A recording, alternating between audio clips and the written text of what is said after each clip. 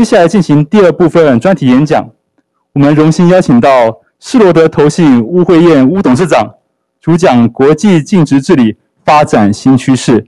我们有请巫董事长。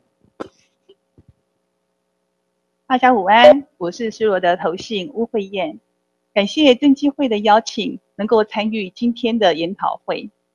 在接下来的45分钟的单元，除了我之外呢，我也特别邀请到来自于新加坡 Stewardship Asia Center 的 CEO Rajiv 以及他的会员 Noel， 让我们从不同的一个面向和大家一起来探索整个国际净值治理发展的一个新趋势。Stewardship 尽责治理为什么那么的重要？它在国际上的发展以及它演进有什么样的一个变化呢？首先呢，我就将从客户，也就是投资人的一个期待上面来跟大家做一个分析。Stewardship 的英文是管家的意思。客户把钱交到我们手上，他们期待资产管理公司它能够扮演好资金管家的一个角色。我们的客户对管家的期待也一直在与时俱进。从最早的我们只要做到追求投资获利为主，那这样就能够吻合他们的一个期待。那这个阶段呢，我们叫做资产管理 1.0 的一个世代。后来呢，投资人的要求也进展到 2.0 的世代。也就是说，除了考虑获利之外，他们还希望能够考虑到风险。这些风险包含像法律、像财务、像名誉等等这方面的一个风险。那现在呢，则进入到所谓 3.0 的版本。除了获利风险之外，而且还要发挥整个影响力，透过资金的一个力量，让经济、社会环境变得更好，能够达到长期一个永续的一个目标。那除了从客户的期待之外呢，那另外一个方向，我们就是从法规，也就是说从政府监管的整个，不管是从一个鼓励的力道跟它方向上面来看，这10年来其实发生了一个比较大的一个变化。那我们也跟大家做一个分享。全球最早的尽责治理守则是来自于英国，它是英国公司法的一部分。它在2010年由英国的 FRC， 也就是财务报告委员会，它首次发布。它的一个目的呢，是要去强化资产管理公司以及呢被投资公司它议核的一个品质，以帮助提升股东们他长期的一个风险调控后的一个报酬。那在亚洲上面，我们看到像日本在2014年，它就是第一个亚洲的一个国家引进尽责治理的一个守则。那我们比较2010年的守则跟2019年有没有什么样比较大的不一样呢？2010的守则它采取就是不遵守就解释的一个方式，这意味着就是那种鼓励的方式，鼓励投资经理人他能够遵循这些广泛的一个原则，而不是盲目的遵循一套严格的这种规则。那在2019年呢，英国治理的这个法则呢，做了一个比较大幅度的一个变改。这个修改的一个变化上面呢，首先它针对在代替上面以前的措辞，就是他之前说关于机构管理人员应该做什么样的一个指导，那新的守则呢，它则设计成一套声明，它的重点就是关注签署人现在正在做什么。那对于签署人上面来讲，它也做了2类的一个分法，也就是说，除了之前的机构投资人，包含资产所有者跟资产管理者之外呢，它加上了服务的供应商，这方面包含银行、保险公司、投资顾问、通路商等等。第3个呢，这个守则呢，还整合了整个投资跟管理的一个新期待，这方面的一个期待包含对 ESG 的一个期待，也就是把那个环境、社会跟治理的整个问题加进来。第4个，整个资产一个类别上面来讲，它也行使的管理权上面更广了。它不仅仅是之前所关注的上市的股票，还包含了固定收益、私人市场、基础建设，以及在英国境外或者是在英国以外的资产的整个一个比较大范围上面的一个投资。第五呢，在整个原则跟揭露上面呢，新准则呢，它包含所有的资产所有者跟资产管理者的12个法则，而且呢，它针对整个支持他们服务的提供商呢，也加入了6项独立的一个原则。那对于每个原则呢，签署人必须要提供也就是说2个 W 一个 H。2个 W， 第一个 W 就是 Why， 为什么我们一定要这样子做？然后 H 呢就是活动，也就是我们现在正在做什么？那另外一个 W 呢就是 What， 我们预期透过这些我们所做的，我们在做的这些活动里面，我们带来什么样的一个结果？所以成功的一个管家，他不只是要符合整个法规跟投资人的期待，更重要的是他要把整个尽责治理的整个精神跟做法呢，能够内化到我们的一个 DNA。接下来呢，我就把时间交给 Rajiv。Rajiv 是 Stewardship Asia Center SAC 的 CEO。SAC 亚洲管理中心是新加坡淡马锡信托基金，他在2015年他所成立的一个非盈利的一个中心。他提倡尽责治理以及尽责治理的领导跟实践。Rajiv 他也是全球知名的一个畅销书的一个作者他写了 Open Source Leadership Too Many Bosses Too Few Leaders。那 Rajiv 呢将从领导力的一个面向跟大家分享他的整个一个论点。我接下来就把时间留给 Rajiv。 Hello. My name is Rajiv, and I'm the CEO of Stewardship Asia Center in Singapore, President of Leadership Energy Consulting in the US, author of a few books on leadership and governance, and a regular writer for Forbes and other platforms. Now, most of my career before I joined the nonprofit sector was in financial services companies such as American Express, HSBC, Goldman Sachs, and Morgan Stanley. Very pleased to be with you all today. Let me start with some context. Our world today is headlined with two major mega trends. We are hyper-connected and overpopulated. Everyone and everything is today connected, no surprise there. And in terms of overpopulation, we are today 7.5 billion people, going up to 9 billion by 2060 or earlier. This combination of hyperconnectivity and overpopulation is the perfect double-edged sword where exciting growth opportunities and daunting challenges coexist. I'd like to take a few minutes in walking you through this landscape because only then can we talk about how businesses must operate. Exciting growth opportunities. Overpopulation means bigger and bigger markets.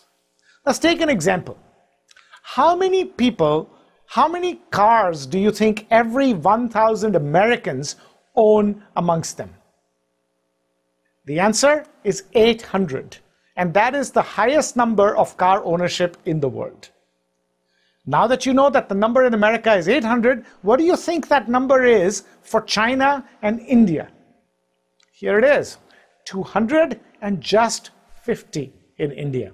Can you see the opportunity here for auto companies? And as population continues to grow, how the opportunity continues to get bigger? Now, speaking of India, India is a bit of a strange country. It is at the same time one of the richest and one of the poorest countries in the world. India's luxury goods market is 350 million consumers. That's the number of people that can afford to buy the Birkin bags, and that's larger than the entire population of the USA. India also, of course, has the maximum number of people who live in extreme poverty. Well, in terms of hyperconnectivity, anybody today with a broadband connection can start a business or a movement. So you can see both overpopulation and hyperconnectivity giving us exciting growth opportunities. But as I said, daunting challenges coexist because of exactly those two things. Here's lack of privacy. 8 out of 10 Americans see more risks than benefits from personal data collection. Now remember, we are giving away our privacy click after click after click when we don't read those agreements when we visit those websites and we welcome those cookies. This reach and this connectivity is giving us a lot of empowerment, but it is also making us naked. Today, individuals and organizations are both naked because of the death of privacy. Here's another one. 6 billion of us today have mobile phones, but only 4.5 billion of us have access to a toilet. I'm sorry to say, if you really need to go, there is no app on your phone for that. Social unrest and polarization are rising, and some political bosses are exploiting that vulnerability to win elections and other things. 40% of Asia's population will face severe water scarcity by 2050, and we're not that far. And here's the most alarming one. Almost half of humanity is living on less than $5.50 per day. My friends, we live in a world where we are empowered but unequal and exposed. This backdrop raises several questions for business. Can businesses enjoy the exciting growth opportunities without thinking about the daunting challenges? Furthermore, can they actually drive profitable growth by addressing these very challenges head-on? And more importantly, what is the responsibility of business when it comes to this duality of growth opportunities and daunting challenges? What is their responsibility towards future generations and for society at large? To address some of these challenges, words like stewardship, investment stewardship, ESG, and sustainability started coming in to our consciousness about 2 decades ago. Let's take a little history tour and understand what those were. So how does the dictionary define stewardship? Essentially, there are 2 images that come to mind when you think of stewardship. One is a steward on a ship or a steward on a plane whose job it is to serve. The other is the careful and responsible management of something entrusted to one's care. In terms of investment, in terms of money management, you are stewards of capital, carefully and responsibly managing somebody else's asset, which is in your care. And then from stewardship, investment stewardship early on became encouraging long-term value creation for shareholders in the company. So you look at this, responsible management of something entrusted to our care and ensuring the long-term value creation for shareholders and not sort of destroying things in the short term. This became the early definition of stewardship. However, soon people started to realize that this is too narrow a definition. What if the only focus is on shareholder wealth creation at the expense of society at large? And is it possible that this singular focus on shareholder wealth creation is what created the challenges in the first place? These are the kind of questions that started coming around. And then COVID, most recently, has taught us a very, very important lesson. What is the biggest lesson that COVID-19 has taught us? That no one is safe until everyone is safe. The problem with the early definitions of stewardship is that they are too narrow. It's all about my position, my power, my family, my company. And governance is mostly rules-based and fails to create deep change, something I will talk about a little bit later as well. What we need is bigger and broader thinking. Now, this idea that we need bigger and broader thinking wasn't lost on governments and regulators, so they started changing their definitions of stewardship, and particularly the stewardship codes for responsible investing. Whether you look at the UK or Canada or Singapore or a host of other countries, what you find is now an added focus on the well-being of society as a whole, the economy and the community as a whole. What they are saying is we are not against shareholder wealth creation. We are not against profitable growth. By all means, go ahead and maximize it, but do it by making sure that it is not detrimental to society, environment, or future generations. So based on all of this, From Stewardship Asia Center, we offer a new and upgraded and more challenging definition of stewardship, which is that stewardship is the mindset and practice of creating long-term value by balancing the needs of all stakeholders, society, future generations, and the environment. Notice I said by balancing and not while balancing, because the challenge of 21st century leadership for business is, can we drive profitable growth by addressing those very challenges head-on that I described early on? The question, though, is that with this kind of a stance on stewardship, which is driving growth by addressing the challenges, will stewardship codes be enough? Will reporting requirements be enough? We don't think so, because that is the inorganic approach to stewardship.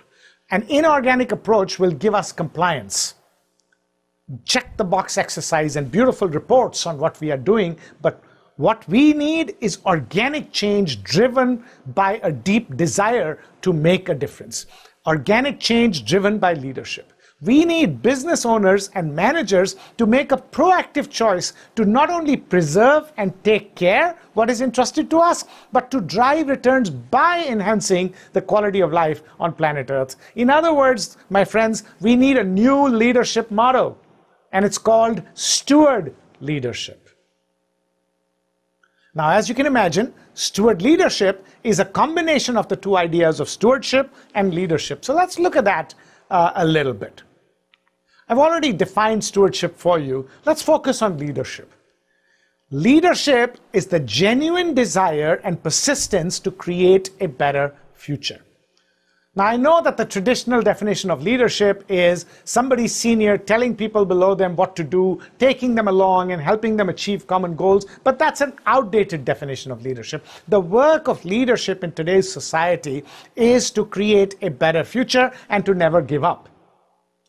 Coming back to stewardship, if you look at the bottom half of our definition of stewardship, which talks about all stakeholders, society, future generations, and the environment, what stewardship does is not only create a better future, but create a collective better future.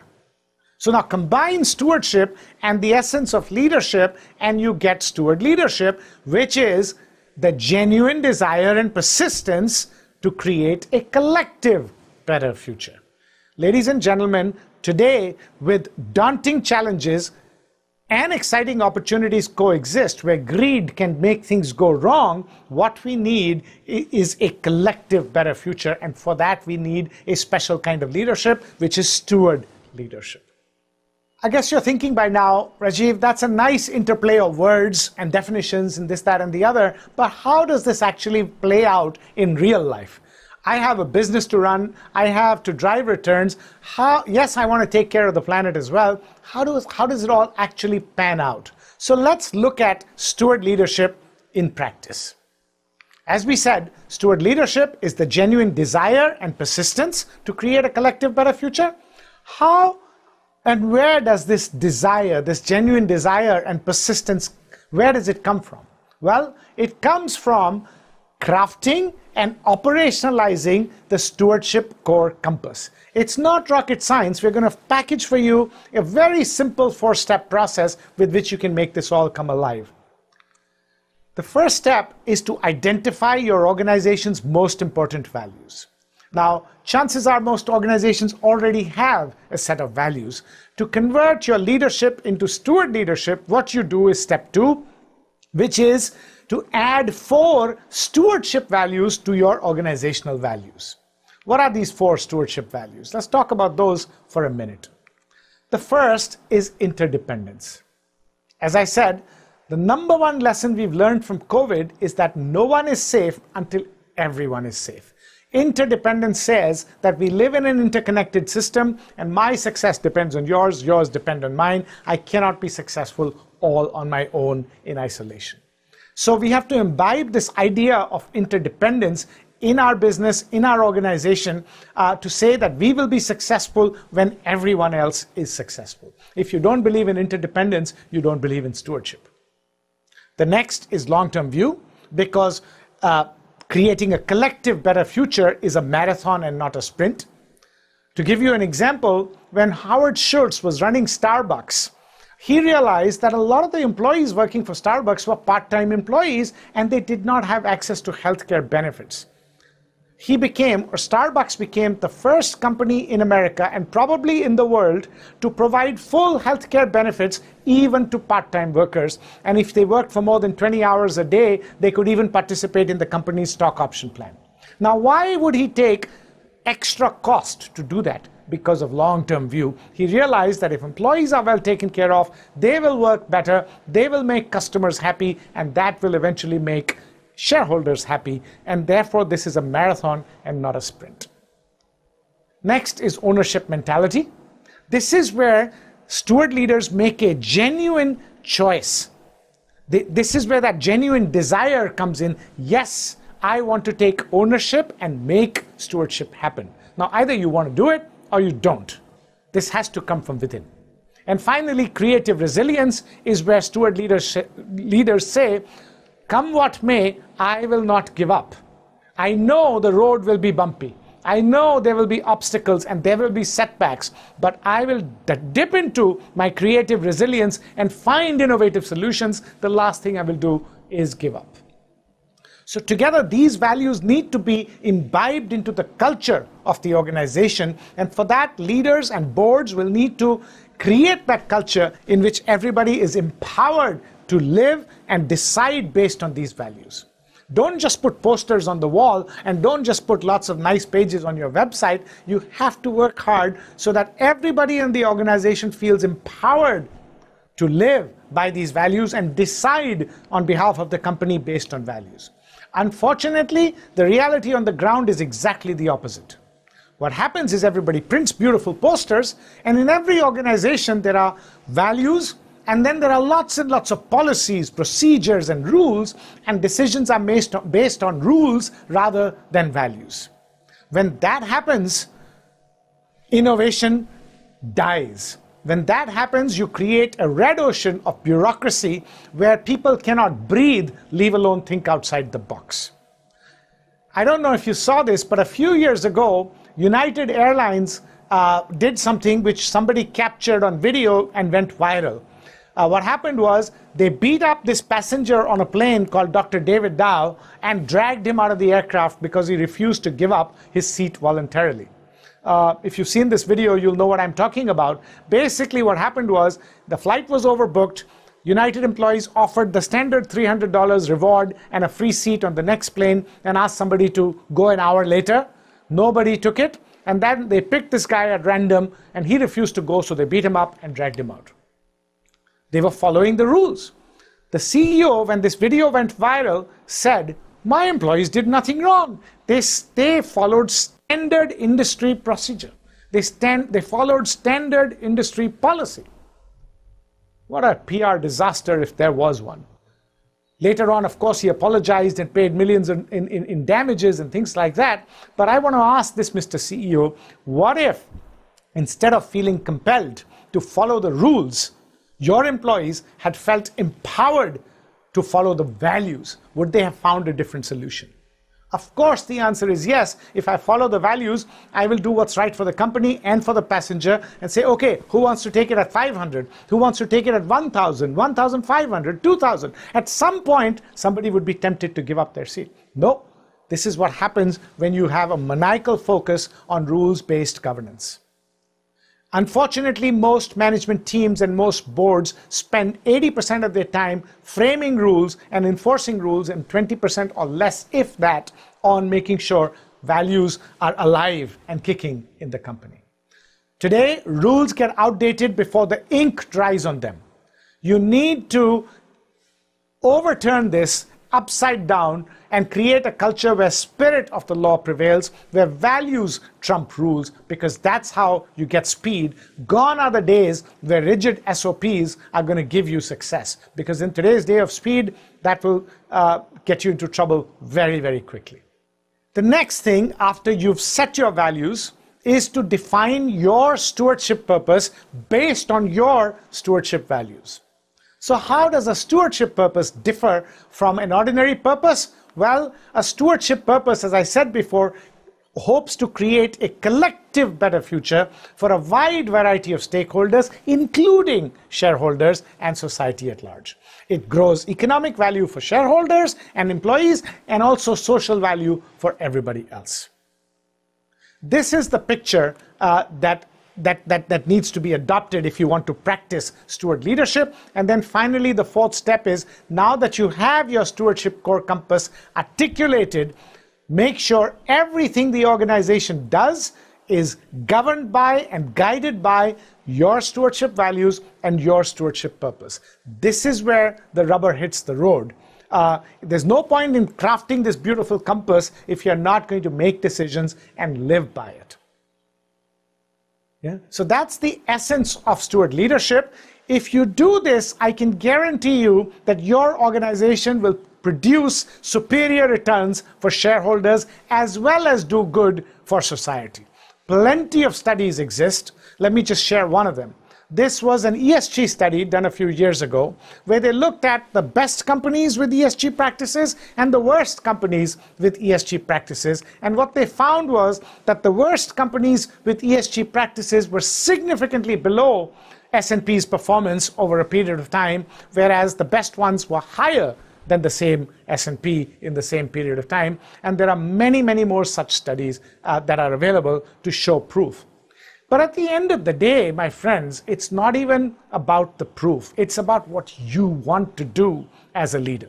It's about the legacy you want to leave. So decide based on that.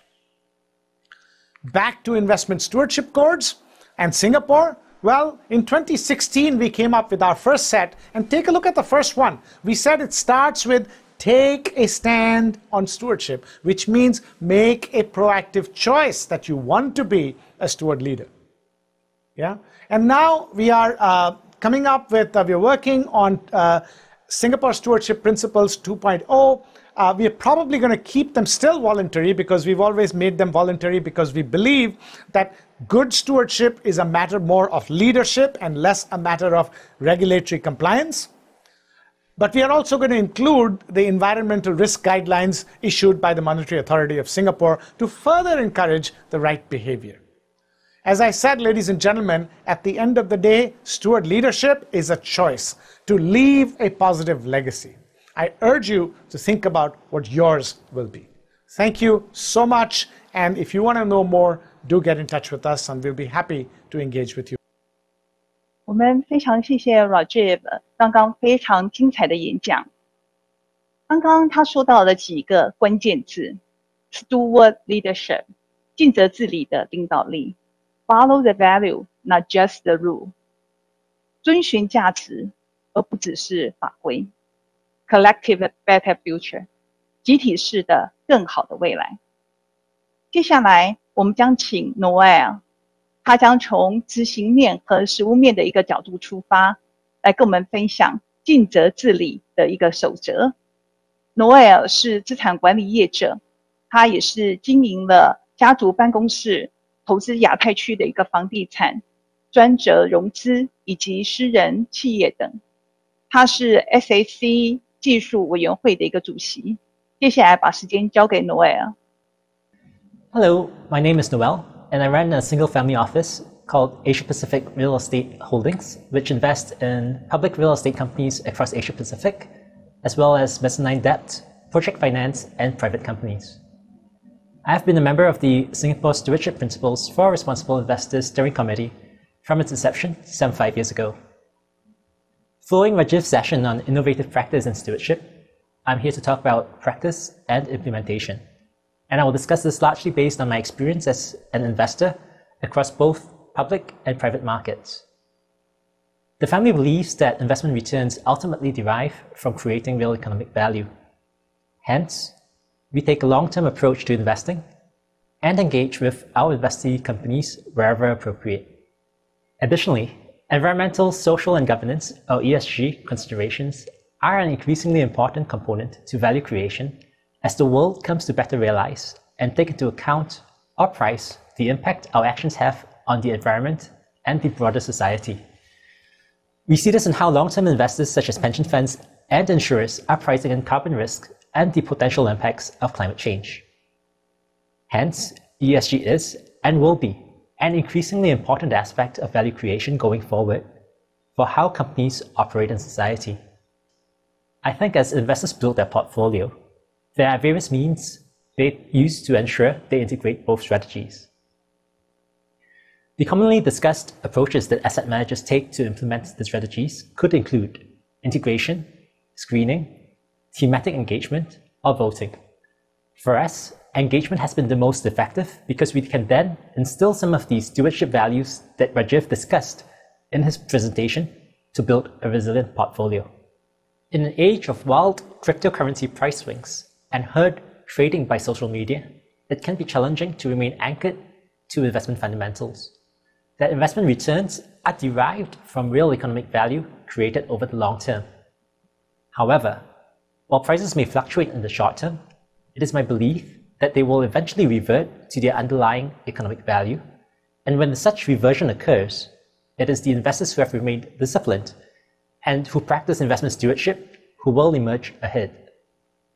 Importantly, the value of chasing short-term price fluctuations is uncertain, and I believe investors are better off focusing their time and efforts on creating value over the long term. I have often been asked about the unique challenges faced by smaller asset management firms compared to those of their larger counterparts. Well, our AUM is small. My family office manages about $10 million, so very small in the overall context of asset management firms. But for us, the main challenge is less the size of the investor and more the size of the investor's position in the investee company. Despite our size, we own over 10% in certain companies, and there are clear and direct benefits from the practice of stewardship in such instances. We are pretty hands-on in discussing appropriate corporate strategy and ESG issues with management, with very frequent board meetings. In contrast, in the case of owning 0.01% of a public company, for example, the benefits of stewardship are less clear. We have too low a voting threshold to significantly influence corporate policy, and management would symmetrically be less inclined to engage with us. In such instances, investors are encouraged to work together in the practice of stewardship. In summary, there is a framework that we adhere to in the practice and implementation of stewardship. First, you need to take a stand on stewardship, that you need to adopt this mindset and approach as a way of adding value to your investments. Our highest returns have come from investing in private companies where we were very involved at the board level in setting strategy and resolving differences in priorities amongst various shareholder groups. Secondly, transparency. We take a strong stand in upholding transparency in managing conflicts of interest. And thirdly, we are actively engaged with our investee companies to ensure sound corporate governance and business practices.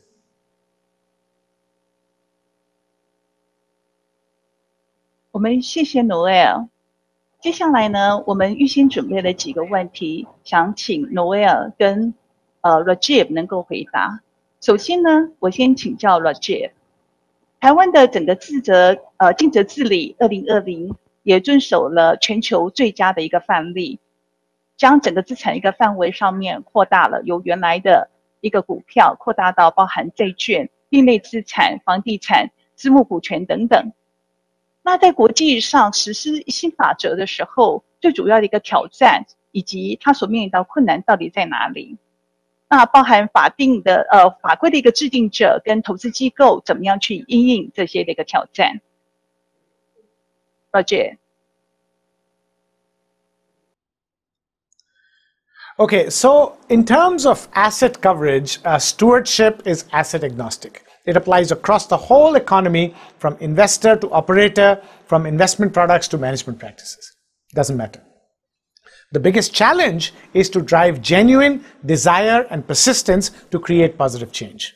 And this cannot be achieved by regulation and reporting requirements alone. Regulation and reporting usually produce compliance and encourage check-the-box exercises. I'm not saying that they are not required, but they alone will not be sufficient. Genuine change will happen when investors and business leaders make a proactive choice to make stewardship happen. So regulators and other organizations will need to think beyond rules and punishment and find innovative ways to encourage genuine behavior change. Plenty of research now points to the fact that carrots work better than sticks.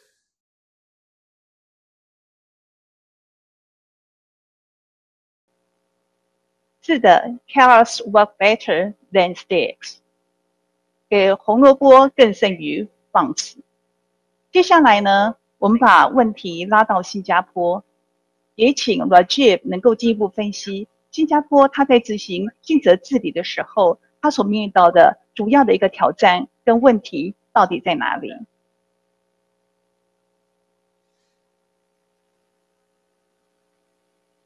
Okay, so about Singapore. The challenge in Singapore is no different from elsewhere. How to increase the adoption of stewardship behaviors.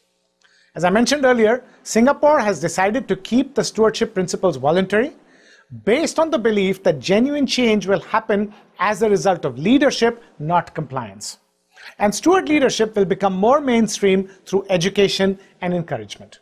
In fact, SAC, Stewardship Asia Center, was established for exactly this reason, to establish increased dialogue, awareness, and education around these issues. Think about it this way. 50 years ago, smoking in elevators and drink driving were outlawed in most places, but were not stigmatized because of low awareness. Today, with heightened awareness, it is unthinkable that fair-minded people will tolerate either. We need the same with stewardship and steward leadership. We need genuine desire and persistence. Only when awareness crosses a certain threshold will widespread change occur, and only education can achieve that. This is why we offer the Stewardship Core Compass as the framework and practical application for steward leadership.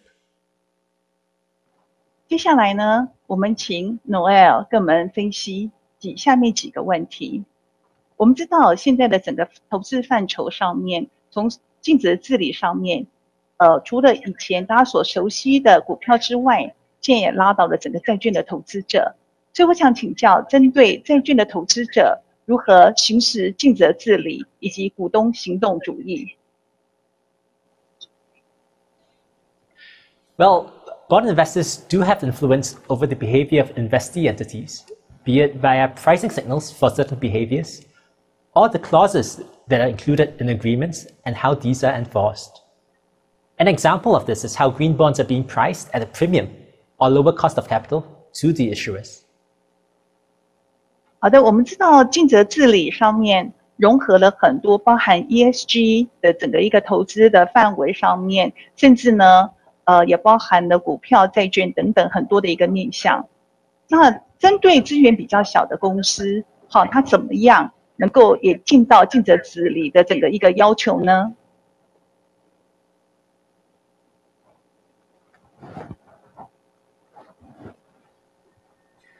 Stewardship is the mindset and practice of sustaining long-term value creation, and ESG is a form of stewardship. There are common behaviors and actions that steward investors, either big or small, can take. We do not believe that lack of access to resources is a material impediment to the exercise of stewardship, as far as instilling the right values is concerned. 在去年此时，当全球各地正饱受新冠肺炎冲击的时候，其实台湾正处于一个平行的时空。现阶段，我们也正体验到新冠疫情带来的颠覆性的改变以及永续的重要性。No one is safe until everyone is safe。联合国把2020世代叫做 Decade of Action， 就是行动力的10年。我们要用10年的时间，可以在2030年之前达到联合国之前所制定的17项的永续发展的一个目标。我们每一个人都是永续发展重要的一份子。我们的投资也不再是只看到报酬跟风险，我们更需要评估第3个面向，就是影响力。让我们共同努力，将尽责治理内化到我们的价值观，用具体的行动发挥我们的影响力。最后，祝福所有线上的朋友们，大家平安健康，万事顺利。谢谢。好，我们非常谢谢施罗德投信巫董事长为本论坛特别邀请新加坡尽责管理中心 CEO 与资产管理业者预录影片的分享所用心带来的精彩呈现。我们谢谢巫董事长，谢谢您，谢谢。好，现在开始中场休息10分钟。好，欢迎各位用登录的电子连结或用聊天室的区间来进行提问。敬请各位朋友于3点40分，好，3点40分再回到线上。谢谢各位，谢谢。